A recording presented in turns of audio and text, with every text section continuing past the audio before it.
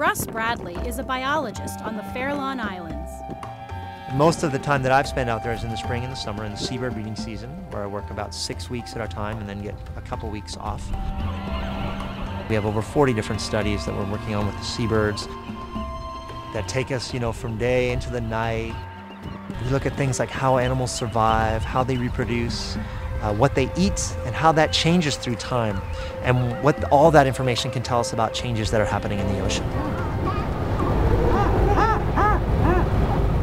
Some of his most important work focuses on the Brandt's cormorants that live on the islands. Brandt's cormorants are a diving seabird. They're distributed from Mexico all the way up to Canada, but the biggest single colony of Brandt's cormorants in the world is on the Farallons, which has been as highest about 20,000 birds. Russ has been working on the Farallons for 10 years, and the past 4 have not been kind to these unique seabirds.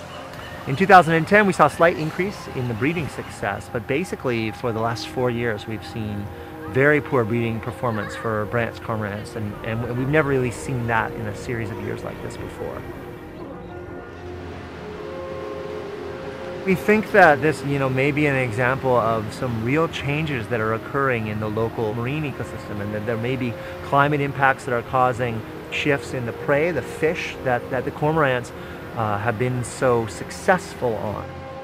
This has Russ and other biologists very concerned, not only for these birds, but for other nearby populations. They seem to be a very unique indicator species of changes that are going on in the ocean. We've been studying Brandt's cormorants on the Farallon Islands for over 40 years. And we've seen in the last few years, the cormorants really seem to have a hard time reproducing their chicks, and it seems to be related to their food. And it appears that Brandt's cormorants are telling us about big changes that are going on with the so-called forage fish populations, the schooling fishes like anchovy, that we care about for lots of different reasons. So they're an important indicator of many different things.